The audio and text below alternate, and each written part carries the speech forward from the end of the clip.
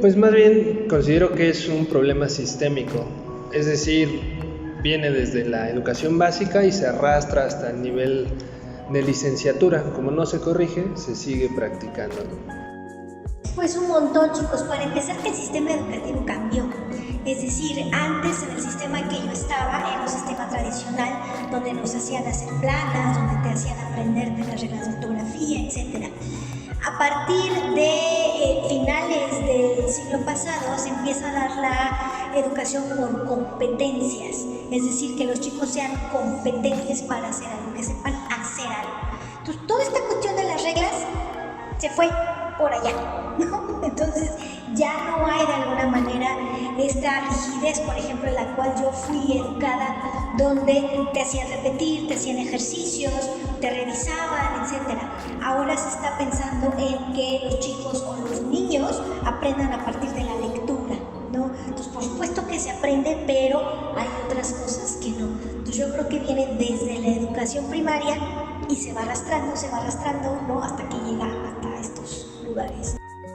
Bueno, me parece que tiene que ver con un problema endémico desde otros grados escolares, ¿no? Que vienen incluso desde la primaria y que no son subsanados. Otro problema es que los estudiantes no leen, no sé si es porque es otro tipo de generación, ¿no? Y hay una serie de situaciones en donde no entienden que estar en comunicación es leer demasiado. Entonces buscan, pues, de todas maneras no leer, ¿no? Y otras situaciones que les cuesta mucho trabajo escribir. Y otra más es que aspectos de redacción que a lo mejor les fallan, no los buscan. Es decir, escriben de forma general como hablan, ¿no? Y eso se convierte en un verdadero problema, ¿no? Eso.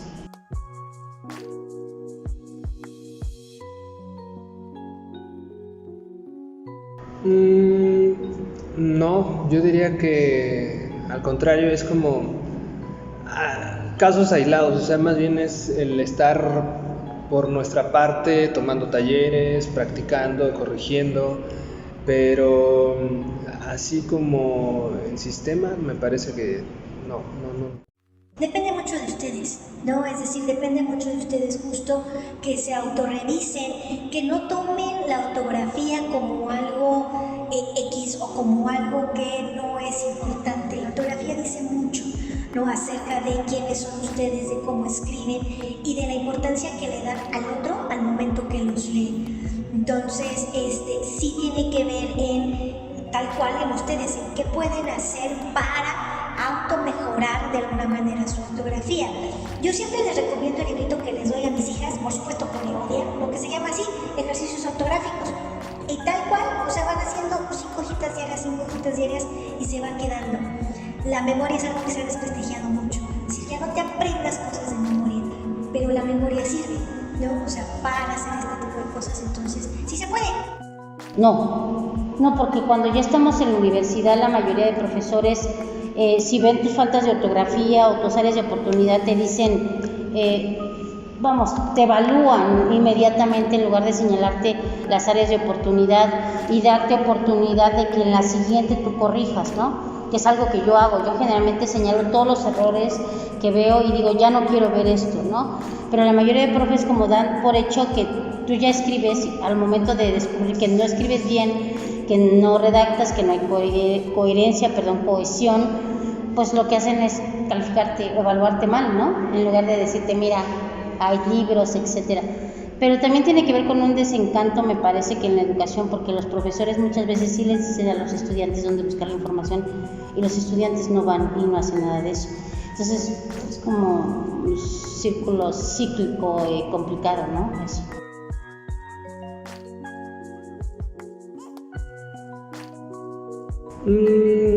Pues creo que es muy subjetivo esa parte, porque no considero yo, esto es obviamente muy personal, que el hecho de leer más te haga un mejor escritor, porque a veces, por más que se lea, mientras no hagamos la concientización de que estamos cometiendo errores, y si no se señalan, pues no se corrigen.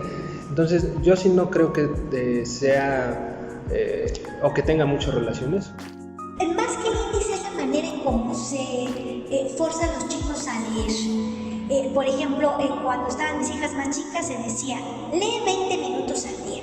Se me hace una campaña terrible, ¿no? Es decir, ¿por qué limitar de alguna manera el tiempo? La lectura tiene que ser algo que se disfrute, algo que digas, ¡ay, qué bonito libro! No quieres dejar de leerlo, o que empieces a leer algo y te pierdes la noción del tiempo. Entonces no tiene que ser por obligación, tiene que ser por gusto, y también las lecturas tienen que estar acorde a los intereses de los chicos. A mí, por ejemplo, me acuerdo que en secundaria me obligaron a leer la Odisea. No entendía absolutamente nada. Es decir, cuando uno está en la secundaria es así, Homero y los troyanos, y pues sabrá Dios qué es esto, ¿no?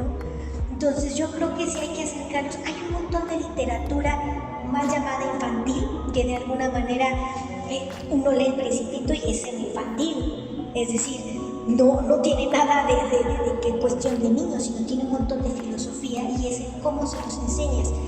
Yo lo que hago, por ejemplo, cuando he estado en esos niveles es un pedacito, no todo El Principito, un pedacito, ¿no? Es decir, un cachito. Entonces, dice el dicho, divide y vencerás.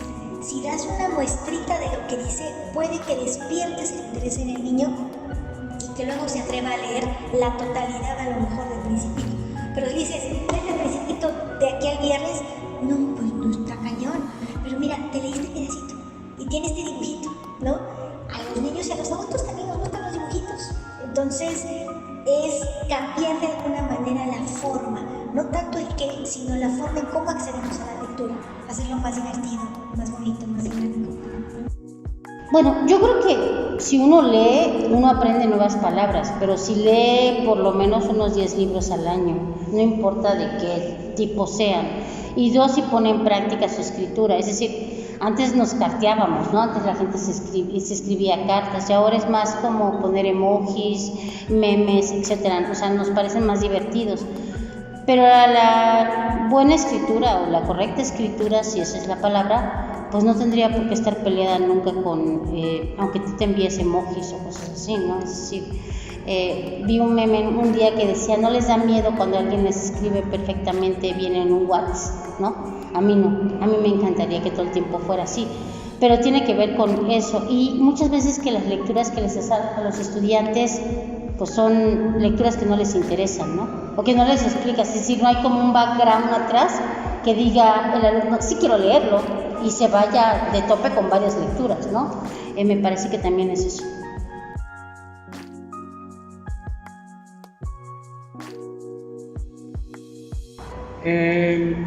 Podría deberse quizá a los nuevos, a la nueva tecnología, lo que mencionas que es los correctores ortográficos, porque no se hace un ejercicio consciente de corrección. La misma predicción o la función predictiva del texto nos corrige y no nos damos cuenta cuando, por ejemplo, si nos toca escribir a mano, del error que podemos cometer. Pero me parece más que es algo que se arrastra, como te mencioné anteriormente, desde el sistema o desde los niveles primarios y básicos, y como los profesores a veces solemos no corregirlos o pasarlos por alto, pues bueno, se vuelve un círculo vicioso. Sí, un poco sí, ¿no? Porque el autocorrector de alguna manera te ayuda, ¿no? A corregir las faltas de ortografía que ya no ves de alguna manera tú. Yo insisto mucho en la lectura, en la escritura a mano, ¿no? ¿Por qué? Porque ahí se ve.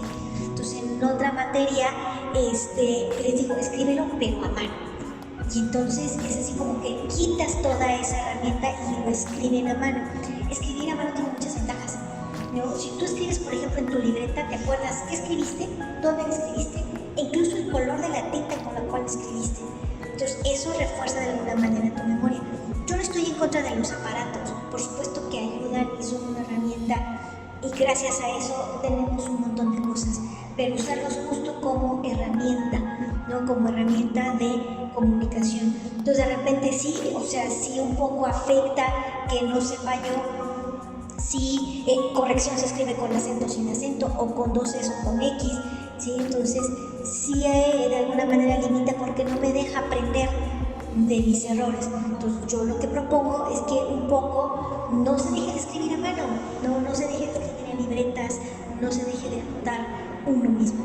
Bueno, el autocorrector de mensajes es una cosa horrible, perdón que lo diga así.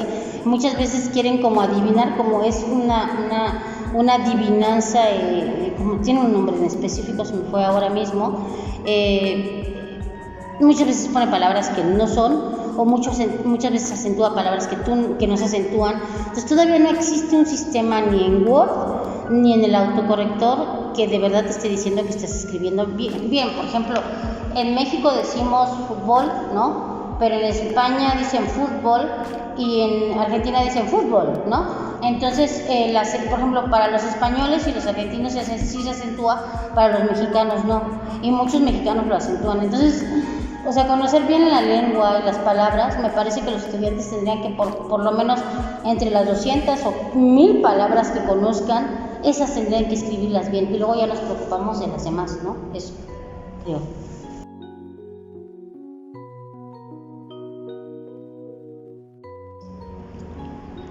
Pues como el mismo modelo educativo del instituto lo plantea, si estos problemas prototípicos son planteados para desarrollar alternativas que ayuden a corregir, se podría.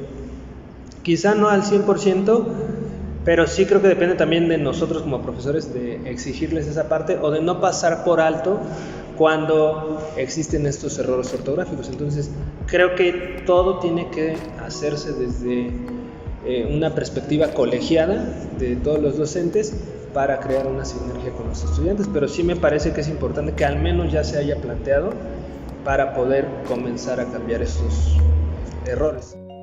Pues para empezar a visibilizarlo, yo creo que está bien porque para empezar lo vemos, es decir, nos detenemos, como que ustedes ahí no avanzando y de repente llegan a quinto y es este problema prototípico, entonces sí había que hacer un alto y por lo menos decir en voz alta, visibilizarlo, ver qué es lo que está pasando y cómo mejorarlo. O sea, también uno de los aciertos, hay cosas negativas, pero de los aciertos de la educación es ya no seas punitivo, es decir, ya no de alguna manera castigues, sino a ver, señala y a partir de que identificamos que redactamos mal, entonces ¿qué vamos a hacer? Pues vamos a escribir a mano, vamos a hacer una revista, vamos a hacerlo nosotros.